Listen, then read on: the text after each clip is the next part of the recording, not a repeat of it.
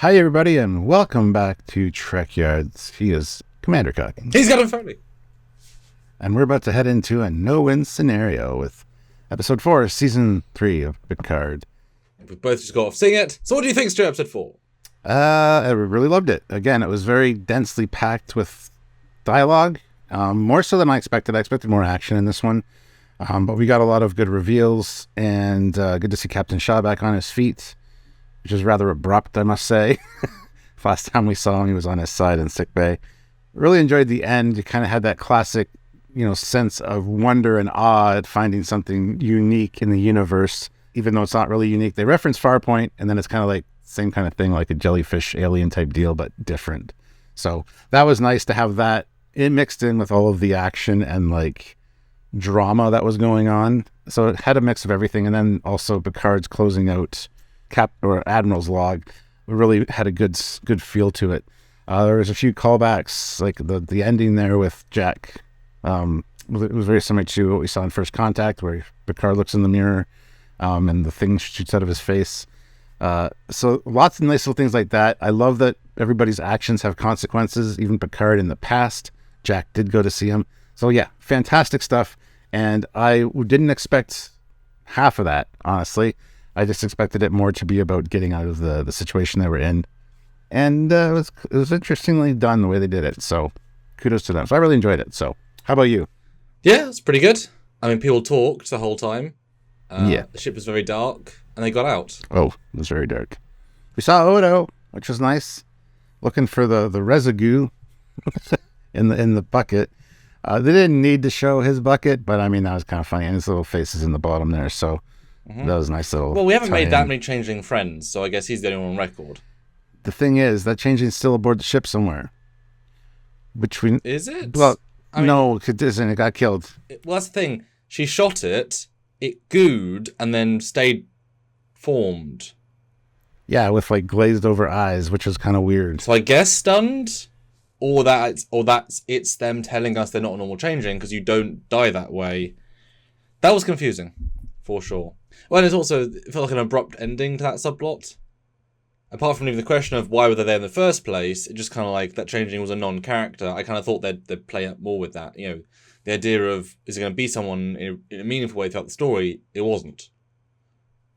And it happened to walk past Seven in the corridor? Was she just walking the entire ship? For an hour? It was just as she was asking for the chemistry lab. It just happened to be at that time, yeah. Yeah, there was no cat and mouse. There was cat and... Oh, there he is. Well, I'm still not convinced that it's dead, first of all. First of all, I saw Shaw alive. I was like, okay, cool. And then he's going to go down and do the thing, and I'm like, oh no, there's going to be a feedback. It's going to like fry him. He's going to die. I was worried about Shaw there. And then she came in, and I'm like, seriously? I don't know if Shaw bought it or didn't. He seemed kind of shocked when the phaser went to the head. It's like you said last week, that there would be hints of, you don't have to say much. This is the plan. So, Shaw was in the room and she said to Riker her plan. So he's like, I mean, there's 95% chance it's you. I mean, not you. I'm glad it played out the way it did, though, because I didn't want Shaw to die. But and a cool sequence using the wave, kind of almost a reverse praxis. That when you go into the wave to not get killed, this is the opposite, which was certainly fun. And we remember that from the trailer. That explains that. It wasn't some big giant weapon or isolated torpedoes, just go on the wave. That was sweet.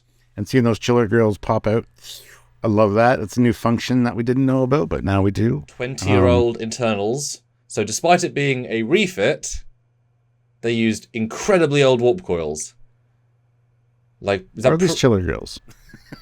Yeah. Well, I guess it's unclear. I guess the mechanism is a 20-year-old. I don't know. That was weird. It was weird. As if they wrote that script before they actually had the ship design. And that they threw in that extra bit about, despite how new this thing looks. Yeah.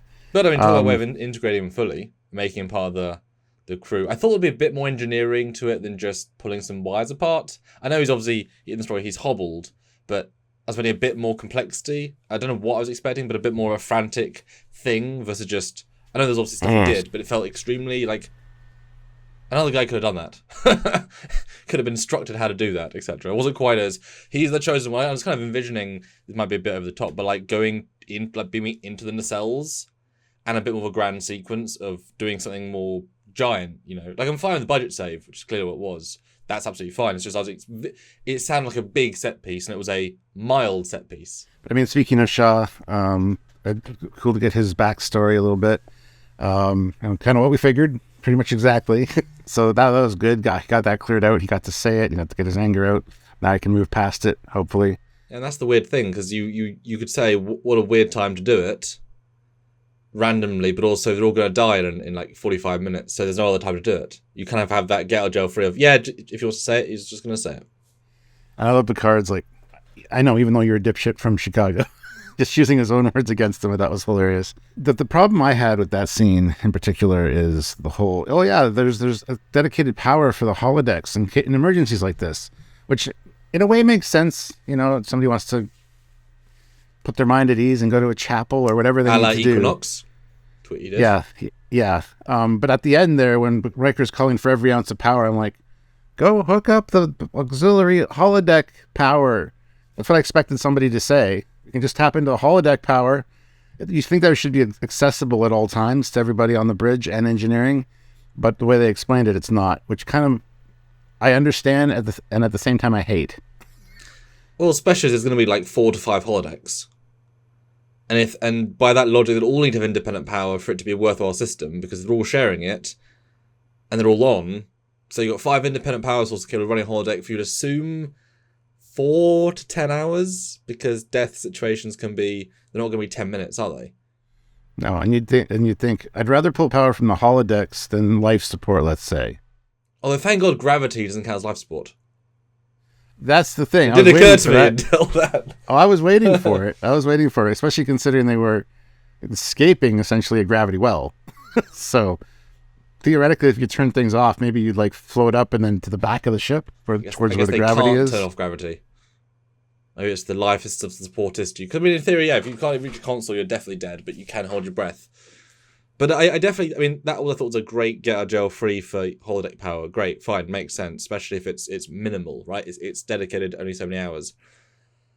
But then, that was obviously the smoking gun. Like, we have this emergency power in reserve, ready to go.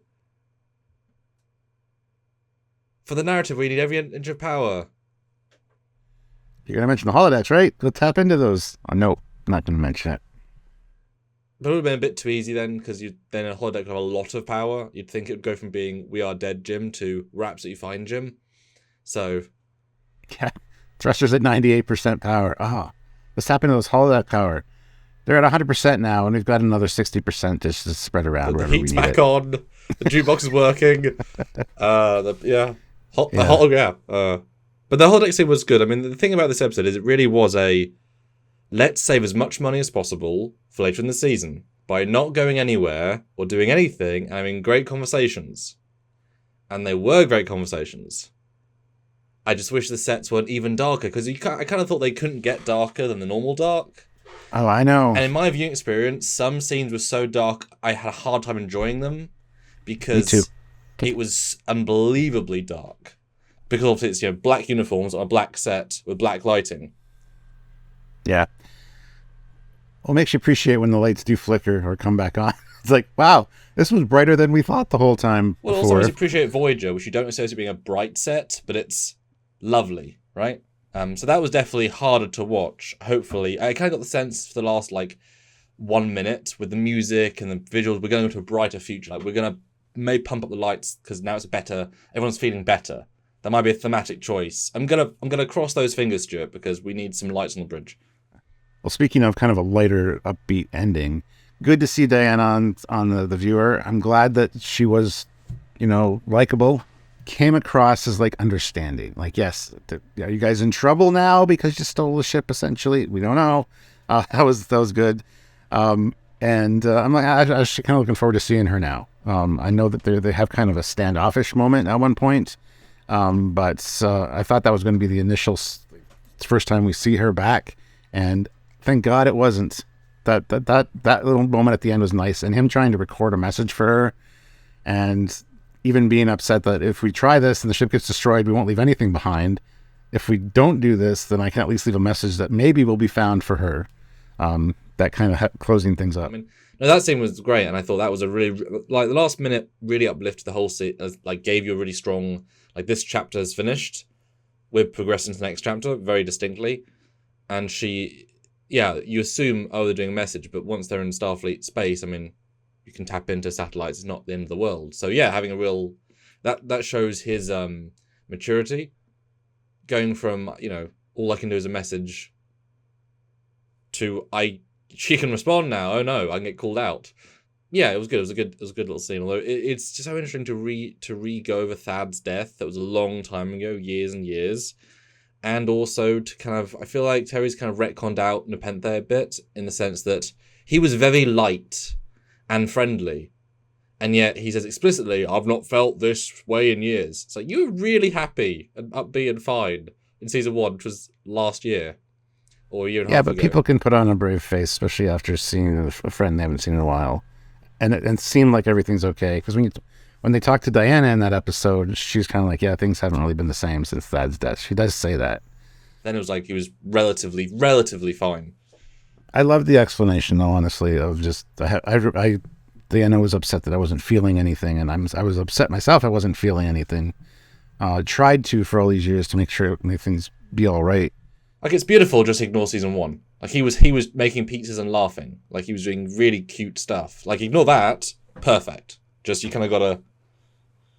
Which is in a similar way, Shaw says, the real Borg is still out there. Just kind of throws a slight kibosh on the Borg thing, which was funny. But Riker was good, Gates was good, Beverly was good, Jack was good, everyone was good. Everyone was... And again, Patrick, Picard, they did not diminish his character at all. The continuousness of season 1 and 2 make him feel worse than, even him being, look, you just thrown in his face, he didn't come across as weak or out of character. That's a play, and to achieve it is well done, Well, how long has he been dealing with that? People accusing him All of of the Battle Wolf years. 359. So when I love that Jack stood up for him, like, hey, and he's like, no, it's fine. It's something I've been dealing with for a long time. These people have to get this off their chest. I understand. I'm going to leave, though. I think that was very well written and well done. So yeah, that was fantastic. That's so true. Like, what can I say? Nothing. I'll let you say your piece. I'll acknowledge it and I'll walk away. Because I can't. I didn't do it. It's not my fault. I can't apologize. I was a slave. I was a mutilated slave. Should I apologize? Yeah. So yeah, exactly.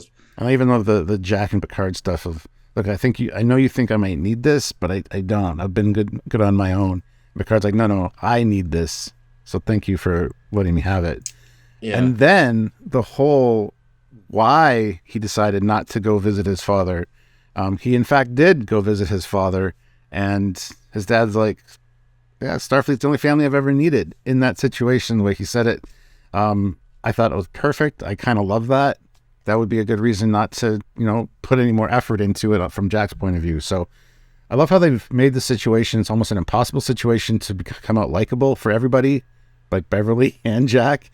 To make them both likable and relatable and understand what decisions were made. I think that was very well done. Well, it's like a juicy fruit of a story, and they've added a tang that's kind of hard to taste, but it's like, yeah, but it adds to the whole piece. It's like it just feels kind of, in a good way, like, oh man. Yeah, no, and to, to have Picard play the scene of the bartender and then to reverse those roles is good physical direction. I thought really nice performance of Patrick. You can tell Jack's not opening up really. An anecdote from the last 3 years that means nothing, really. Versus anything interesting. He's like, I've got 72 minutes left. You tell me about Andorian that you helped. That doesn't mean anything. Like, that's a really sad little moment of, he doesn't really want to, doesn't necessarily want to or not want to. He just does not know how to connect with me because I can't go from 0 to father. And he doesn't need that because I'm the one who's only got 5-10 years left. He's got everything. And then it reverses, yeah. I need this. This isn't for you. Please, for me. And then the Academy stuff was kind of, though, felt again weird because, as in, I love the flashbacks. I always love flashbacks. They help give context. It felt as if in season 2 he went to the bar for the first time, or he hadn't been in a decade, but he went there 5 years ago, and eating a casual lunch. And this is when Picard was really freaking sad, because season 1 was 99. This is 01. So it's only 3 years before he was depressingly sad every day. And he's very happily eating lunch in public. He's beamed, put the effort to go in and beam to another part of the world to eat lunch. Guinan's going to be there at some point. That was a bit of a disconnect. It's like, but that's not how you played seasons 2 or 1. As somebody that suffers from depression, it's like some days you're fine. You can be fine for weeks at a time. And then other days it just hits you, and for a month you're down. You're just absolutely down. So that didn't really bother me too much. But I think in the future there might be better cures for depression, assuming you would want to admit you have a problem. So yeah, that really didn't bother me too much because, like I said, even with the Riker thing, some days you can be up, you can pretend to be great if you need to, and other days you're just legitimately great. And then for some reason, out of the blue, you're back down again. So that really didn't bother me too much. I didn't even notice that until you were talking about it. Because he felt like true Picard, but season 1 was about him being not Picard. That was the entire premise, and that was not a long time ago. Yeah. It's interesting, right? And especially then doubling down. These were obviously fresh young ensigns, and yet 3 years later at Starfleet headquarters, the guys know who he is. And yet this is literally a group of 9 people who are so enamored that they happen to be at this famous bar, see him, and interrupt him, which is inappropriate by itself, and call him Admiral, even though he's been retired for 10 years. Like, you know what I mean? Like, it was such a good TNG follow-up scene, but season 1 is like, that's not how those things connect. Yeah, season 1 with the guy at Starfleet Command not knowing who he was. Again, it could just be somebody that there's a reason they're doing front desk duties because they're kind of not good in their studies. Or didn't pay attention in history class. Yeah, but you're kind of right about that. It's there as a filmmaker to tell you something, and it tells exactly the opposite thing of this episode. And it's a great scene, and it's really nice. And also Hirogen, I love a bit of Hirogen lore and Janeway, and that was very, very nice. I was kind of expecting them. I don't know about you, it's been kind of expensive, but a Jack Crusher flashback to a different actor playing Picard in Wrath of Khan costume. I was kind of thinking we might have seen a few seconds in a shuttle. I mean, you might. It felt such a poignant thing, like linking back to me and your dad, me and my best friend, not your dad. Like that would have been a hell of a throwback. Because you could also argue it'd be a really cheap looking shuttle. It was Star Trek 5-esque shuttles. I mean, you could argue that. Fine. Yeah. Well, the one thing I kind of hated about that is the whole didn't have sensors, didn't have visuals. You're in a shuttle. All shuttles have windows. Yeah, you got some kind of visual. Yeah, but if the Stargazer is like 80 million miles away, it's going to be so small you can't see it. Well, exactly, but it's just the way you said it. It was like you can't look out a window. What? Yeah, I was just wondering why Stargazer wouldn't scan. They wouldn't detect a shuttle approaching, even without power. Well, they're not actively looking for it. No, but there should be passive sensors for a thing is approaching us. Yeah, but it depends how far away it is for passive sensors. Sure, exactly. But I'm assuming they got picked up. Like I was expecting a flashback, honestly, of them and the Stargazer, the actual Stargazer, coming in, tractoring them, saving them, and then that was part of the plan. Like it would all link together. It's just the way they kind of played that was going to be more of a direct parallel. Although nice to see. I was almost again expecting Picard to take helm because he did in the episode with the booby trip. Exactly. That I thought was a very close parallel, which I liked. I kind of thought he might, at the very last minute, take the, reroute controls and do it from his captain's chair. Briefly, I thought, but he's, 90. Doesn't have to. Yeah, I thought the exact same thing, so I'm glad I'm not alone in that. But it's fine not to. He felt great in the chair. It's just like, there's so many little parallels that could have gone one little half step further for a second. But that's all good. I even love the very natural way that Will said, "It's over, my friend." It sounded big ominous. Line you worried about, Stuart. It sounded ominous in the trailer, but in the situation, it's like, that makes perfect sense. Even the delivery was spot on. But in the trailer, just taken out of context, it's like that's not really sounding right. Well, it's strange to see them actually be accepting death. They don't do that really. And they did it with grace and poise. But it was interesting to see that kind of view. And then what do you think that they addressed the Riker subplot within the first 5 minutes and moved on straight away? Loved it. That's exactly what I was hoping for. I want that kind of pacing in this show. Like I said, we've only got 10 episodes. Let's get all things firing. We haven't seen the Forge yet. We need to kind of get no Raffi and Worf in this episode as well, and to break up. I was actually kind of waiting, hoping, because they were going to do things, and I was like, oh, we did. That's weird to feel sad. No, none of that, but okay. Yeah. So I was kind of glad that wasn't there, but I didn't realize that we weren't getting any until like 10 minutes before the end. I'm like, whoa. By the way, this is like 57-minute long episode, which is great. So yeah, I also didn't realize there's no Worf and Raffi. What the heck? So I assumed once they got out of the nebula and you saw the jellyfish fish and all that, then we'd get a cut to Raffi and Worf, and I'm like, I don't want that. I'm enjoying this. Let's just sit in it. And I'm glad they did that. So I think the next episode might start out with Worf and Raffi, and they're gonna come together at some point, maybe in the next episode. So well, I was definitely expecting a last minute reveal, like you say. They leave the nebula, cut to them. They've done something, and another reveal, like allowing the narrative to be pushed forward further with them being that. But no. The other thing I do want to kind of talk about a little bit is Vadic cutting off her hand, being a changeling, and then the face forming. That was really weird and very un-changeling-like for a form of communication. So again, I think hopefully it's reinforcing the idea that these are not your typical changelings, that they've been altered in some way, which explains again the morph effect.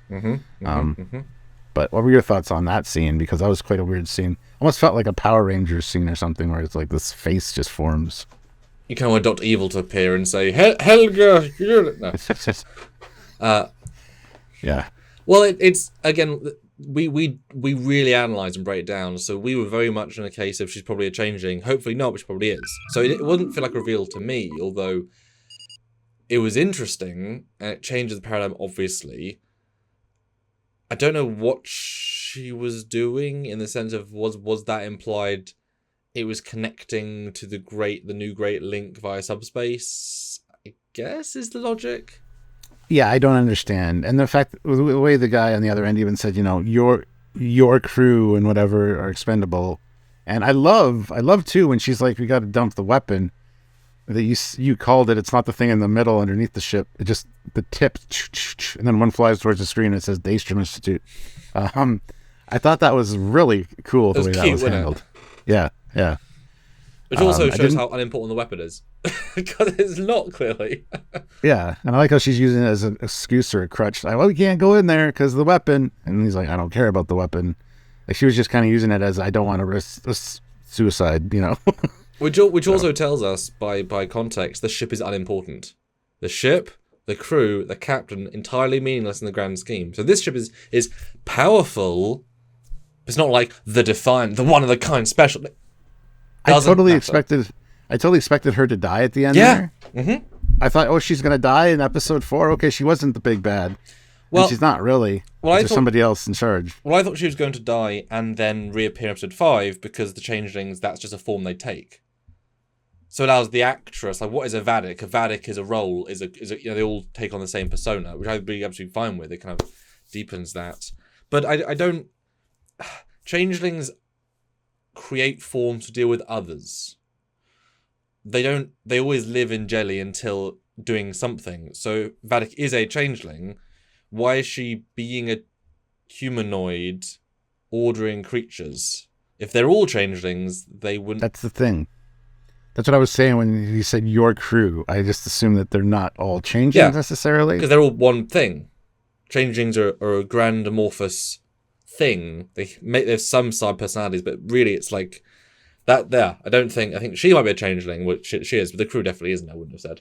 Unless there's going to be a twist that she's actually not a changeling, just her hand is. Like, that's just part of it. It's like a changeling communicator.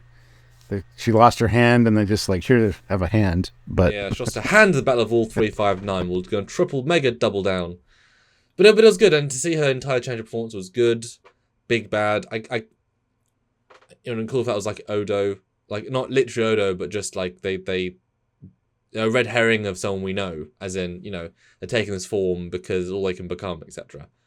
Making it deliberately vague and bulbous and gross, just as like I don't know, villain. Could it be lore? No. Kind of takes the lore and the Moriarty thing out of the equation. Yes. A lot of people assume she might be a hologram or be Moriarty in disguise or something. Yeah. Which is silly. Unless she's a changing hologram android of Moriarty. Well, there you go. See? Twist revealed. But yeah, minimally in it. And certainly her threat factor has been reduced drastically, I would say. She's not the real villain. She's a weak henchman, which is still strong, but still a weak henchman in the grand scheme, and her ship is defeatable, etc. So definitely, it doesn't underplay the first four, but she now feels not really important anymore. And then Riker using basically the same maneuver she used against them. Yep. Back at her. That was great. Especially in the context of what was happening, yeah. Yep. And like I said, she could have died. That would have been a fine ending for that character. She served a thematic purpose. If you had paused it midway through, when they mentioned Farpoint and the creature, how much money would you put on it was another Farpoint alien? Yeah, at that moment I was like, I'd put $100 on that. Because that would, if you're looking at TNG Reunion, to end the franchise of the TNG cast with the Farpoint alien would be so much. I know they sort of did that, but to actually be one of them, or two of them, or three, that would have been so, closure vibes. Yep. No, when they mentioned Farpoint, I was like, oh, that'd be cool. That's what's being born right now. Okay, cool. And I kind of just pushed that to the back of my mind. And when I saw the jellyfish at the end, I'm like, those are different. What's going on? Yeah.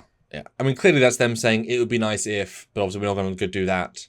But it would have been so beautiful if and they could have shown us a visual update one, which would have been faithful and more dynamic, and it could have been a whole. It's fine. Obviously it worked great, but that would have been very, very symbolic.